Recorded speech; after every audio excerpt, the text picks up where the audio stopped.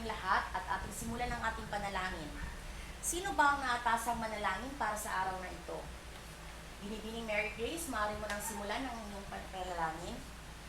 Sa ngalan ng Ama, ng Anak, ng Diyos, Espiritu Santo. Amen. Maraming salamat, Binibining Mary Grace. Magandang araw muli. Ngayon, bago tayo magsimula, nais mong ayusin ninyo ang inyong mga upuan. Tingnan ninyo ang inyong mga ilalim sa inyong upuan at tingnan ang mga kalat at itapon ang mga basura. May mga lumiban ba sa klase? Mga lider sa bawat upuan, suriin at ilista ninyo ang mga lumiban sa inyong hanay at ibigay sa akin mamaya. Ngayon, nais kong magbalik-aral muna tayo kung ano ang inyong mga natutunan sa nakaraang talakayan. Kung naalala nyo pa, ano nga ba ang ating pinag-usapan o nakaraang meeting, ng nakaraang klase natin? Yes, Ginoong Ramon? Magaling. Tama ang iyong sagot. Ang tinalakay noong nakaraan ay tungkol sa pagbagsak ng Troy. Nagbigay kayo ng inyong mga mahalagang kaisipan tungkol sa binasang akda. Ngayon, handa na ba kayo para sa ating susunod na bagong aralin? Mabuti naman kung ganon. Ngayon, simulan natin ang aktibidad sa pinamagatang 4 pics, 1 word. Meron ditong 4 na larawan. Ano-ano ang mga nakikita ninyo sa larawan? Magaling, may taong naglalakad, may sumasayaw, may kumakain, at may nagsusulat.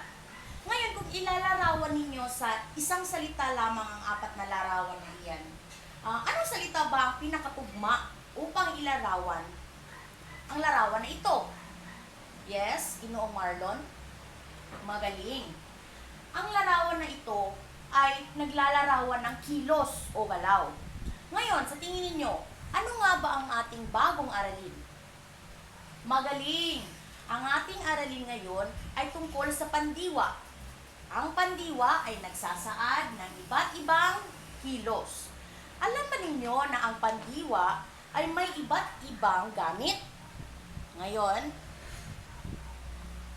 mayroong 3 gamit ang pandiwa. Bago natin simulan, tingnan muna natin ang ating target sa pagkatuto. Ang ating target ay nagagamit ang angkop na pandiwa bilang aksyon, pangyayari, at karanasan. Ngayon, maaari mo bang basahin, Binibining Joanna? Okay. Pandiwa ay isang bahagi ng pananalitang nagsasaad ng kilos o galaw at nagbibigay buhay sa lipo ng mga salita. Ito ay binubuo ng salitang ugat at ng isa o higit pang mga panlapi. Ngayon ay may 3 gamit ang pandiwa. Ito ay ang aksyon, karanasan, at pangyayari. Ngayon, basahin ninyo ng sabay-sabay kung ano nga ba ang aksyon.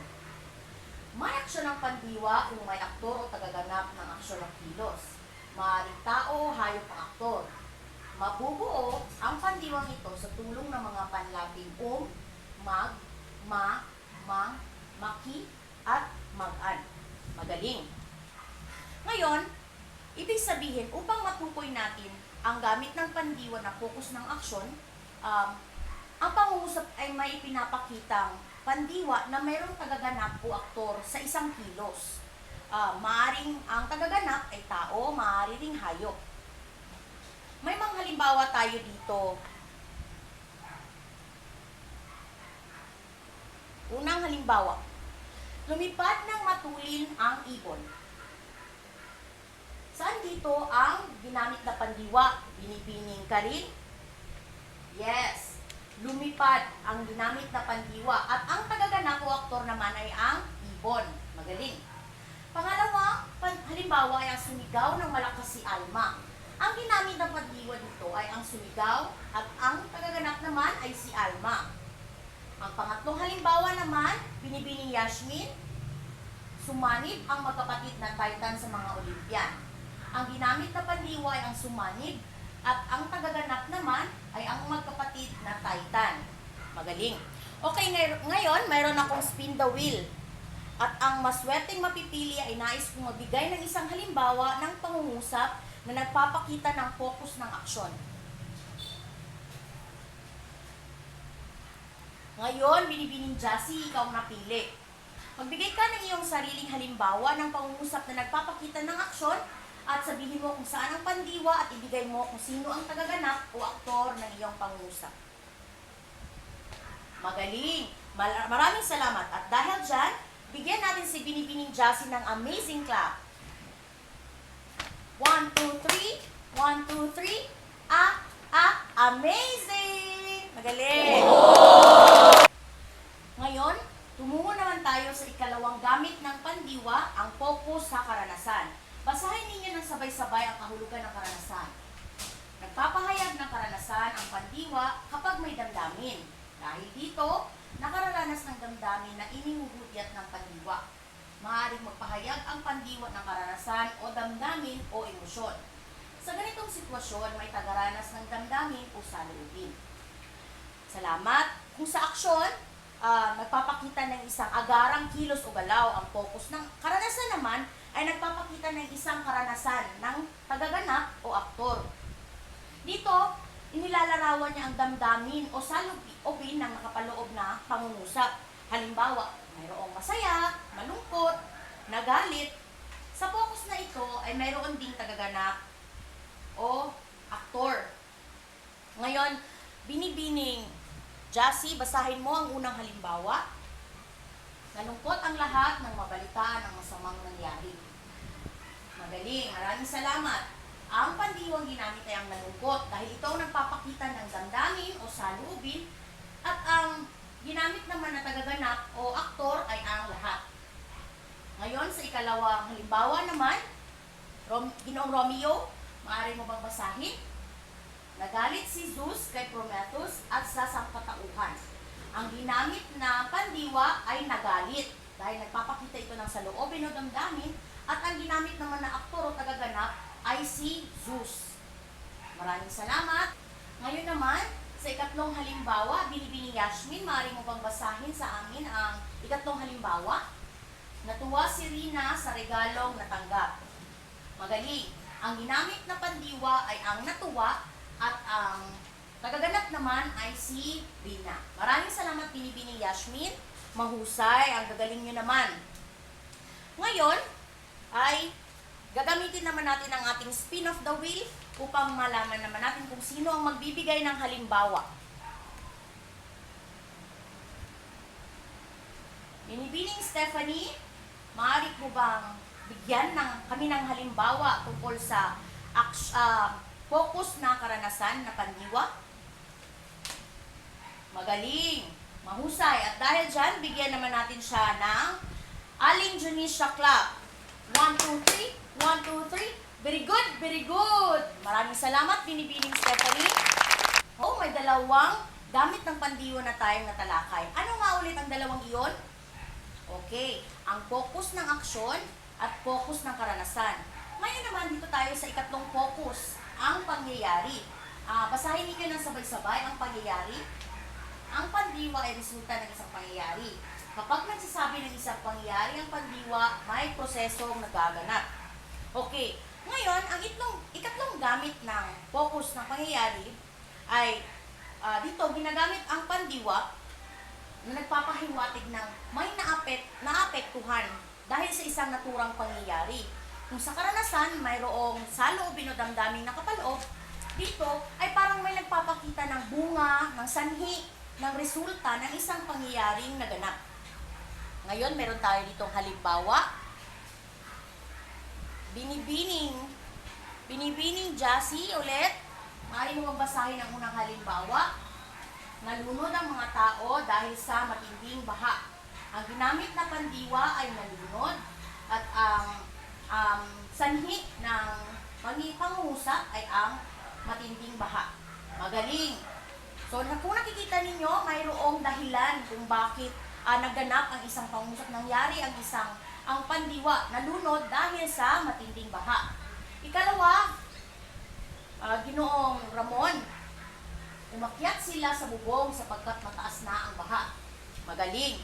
Ngayon naman ay sa pangatlong pangungusap, nagpatiwakal siya dahil sa labis na pagdaramdam. So kung naiisip ninyo, kung nakikita ninyo, ang pandiwa ay mayroong iba't ibang gamit. Una ay aksyon, Pangalawa ay tungkol sa karanasan. At ang ikatlo ay pangyayari. Ngayon, pipili ako ng isang mag-aaral ulit para magbigay ng pangungusap na tungkol sa pangungusap ng pangyayari. Ginoong Marlon Juanillo, ikaw ang napili ng ating spin of the wheel. Spin the wheel. Ngayon, magbigay ka ng pangungusap, Ginoong Marlon, tungkol sa nagpapakita ng focus ng pangyayari. Magaling. Maraming salamat. Ang husay niyo naman. Ngayon, bigyan natin si Ginoong Marlon ng lamok clap. Isang lamok, dalawang lamok, maraming lamok. Maraming salamat, Ginoong Marlon. Ngayon, bago tayo tumungo sa kahit ano pa man, magbigay muna tayo ng pagsasanay. At nais kong magtaas kayo ng inyong kamay para sa ating pagsasanay. Binibining Joanna, basahin ang unang pagsasanay at ibigay ang inyong sagot. Kung tukuyin mo kung anong uri ng focus ng pandiwa ang ginamit sa pangungusap. Namimita si Ezra ng gulay sa hardin tuwing Sabado. Anong focus ang ginamit? Tingnan natin kung tama ang iyong sagot. Action. Ang ginamit ay action. Bakit mo naman nasabing action? Focus ng action ang ginamit, Binibining Joanna. Magaling. Ang aksyon ay nagpapakita ng agarang aksyon o galaw. Namimitas ang ginamit ng pandiwa at ang aktor naman ay si Ezra. Magaling. Ang sunod naman ng halimbawa, sunod na pagsasanay. Ginoong Romeo, ikaw naman. Naglayas si BJ dahil sa pagmamaltrato ng kanyang ama. Anong focus ng pandiwa ang ginamit, Ginoong Romeo? Pangyayari. Magaling. Paano mo masabing pangyayari, Ginoong Romeo? Mahusay. Magaling. Ngayon, sa ikatlong pangungusap naman, ikaw naman, Binibining Stephanie. Labis na nanibugho si Michael sa pandiling lang sa kanya ng kasintahang si Ligaya. Anong focus ang ginamit, Binibining Stephanie? Magaling. Karanasan. Paano mo nasabing karanasan, Binibining Stephanie? Ang husay niyo namang lahat. Ngayon, alam niyo na ba kung ano ang iba't ibang gamit ng pandiwa? Ano nga ulit ang tatlong gamit ng pandiwa? Focus ng aksyon, focus ng karanasan, at focus ng pangyayari. Ngayon, batay sa ating natalakay, tungkol sa pandiwa ayon sa gamit, sa tingin ninyo, paano natin maiugnay ang pandiwa sa ating pang-araw-araw na pamumuhay? Yes, Binibining Mary Grace? Magaling. Magaling ang iyong sagot. Meron pa bang ibang kasagutan? Yes? Ginoong Marlon? Tama. Magaling. Magaling rin yung iyong sagot. Meron pa ba kayong ibang sagot? Yes? Binibining Yasmin?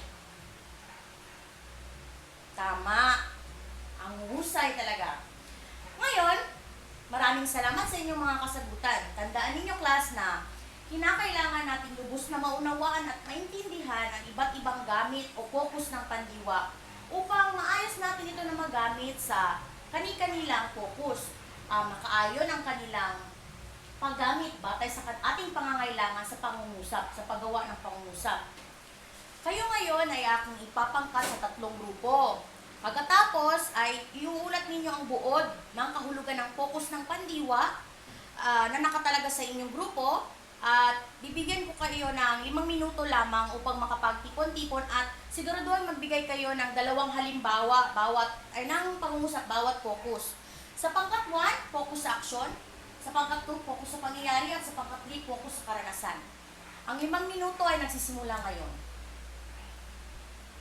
Marahil ay natutunan na ninyo at naunawaan ang iba't ibang angkop na gamit ng pandiwa. At napagtanto na rin ninyo ang kahalagahan nito. Ngayon, ihanda ninyo ang inyong sarili para sa individual na gawain. Kumuha kayo ng isang kalahating papel at tayo ay may gagawing ebaluasyon. Handa na ba kayong lahat? Handa na ba ang inyong isang kalahating papel? Ngayon, ito ang ating panuto. Bumuo ng 5 pangungusap na nagpapakita ng angkop na gamit ng pandiwa bilang aksyon, pangyayari, karanasan, at bilugan ang ginamit na salita. Andito ang rubrics para sa pangungusap na inyong ginawa. Wika at gramatika, 1 puntos. Wastong gamit ng pandiwa, 1 puntos. Ngayon, mayroon tayong 10 puntos kapag nabuo ninyo ang 5 pangungusap. Bibigyan ko kayo ng 5 minuto sa pagsagot. Ngayon, natapos na ang inyong 5 minuto, ipasa ang inyong papel sa harapan at ibigay sa akin.